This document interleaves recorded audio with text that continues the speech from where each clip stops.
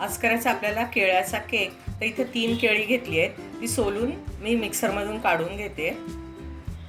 3 केळी आपण मिक्सरमध्ये घातली आहे आणि हे 1/3 कप साखर आहे, हे एकत्र करून मिक्सरला फिरवून घ्यायचं. 1 कप मैदा घेतलेला आहे आणि अर्धा कप बारीक रवा आणि पाव कप कोको पावडर. हे सगळं आपण चाळणीतनं चाळून घ्यायचं.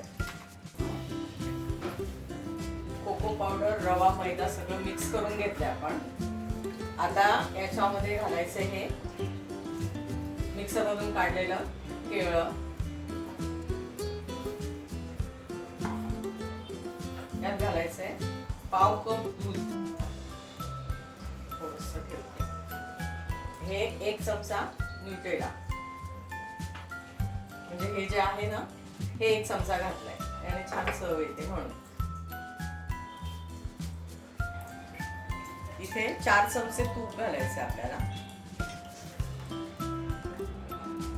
आता हे सगळं मिक्सीने फिरवून घ्यायचं आपल्याला.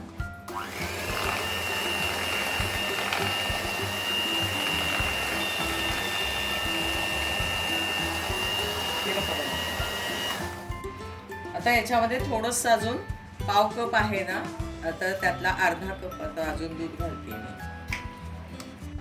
अर्धा टीस्पून बेकिंग पावडर आहे आणि अर्धा टीस्पून, तो टेबल स्पून आहे, हा टीस्पून बेकिंग सोडा आहे. आता याच्यामध्ये थोडंसं दूध घालायचं आहे. एकूण जवळजवळ आपल्याला अर्धा कप दूध लागलेला.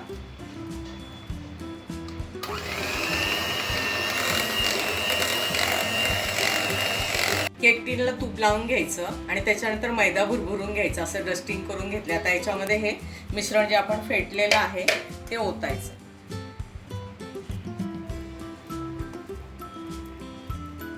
ही सगळी तयारी होईपर्यंत आहे ना, हे चालू ठेवा. सगळी तयारी, केकचं मिश्रण वगैरे तयार करेपर्यंत मी कढई तापायला ठेवली होती, अगदी बारीक गॅसवरती त्याच्यावर जाळी ठेवली होती. आता हे प्रीहीट झालेलं आहे. आता हे आपल्याला अर्धा तासासाठी ठेवायचं आहे.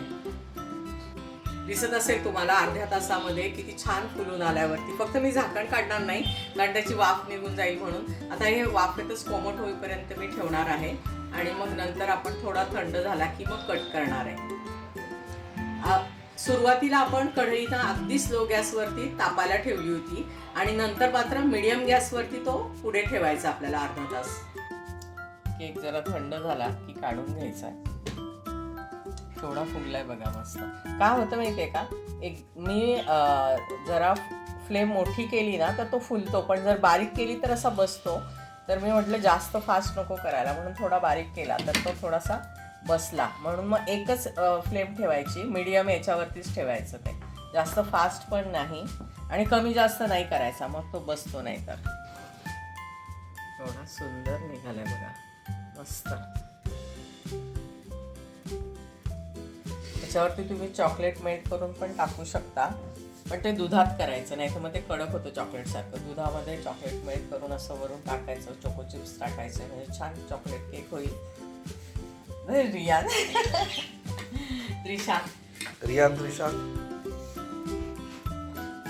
क्रिसमस पार्टी याची आज. वाव, मस्त. दाखव तिला बरं.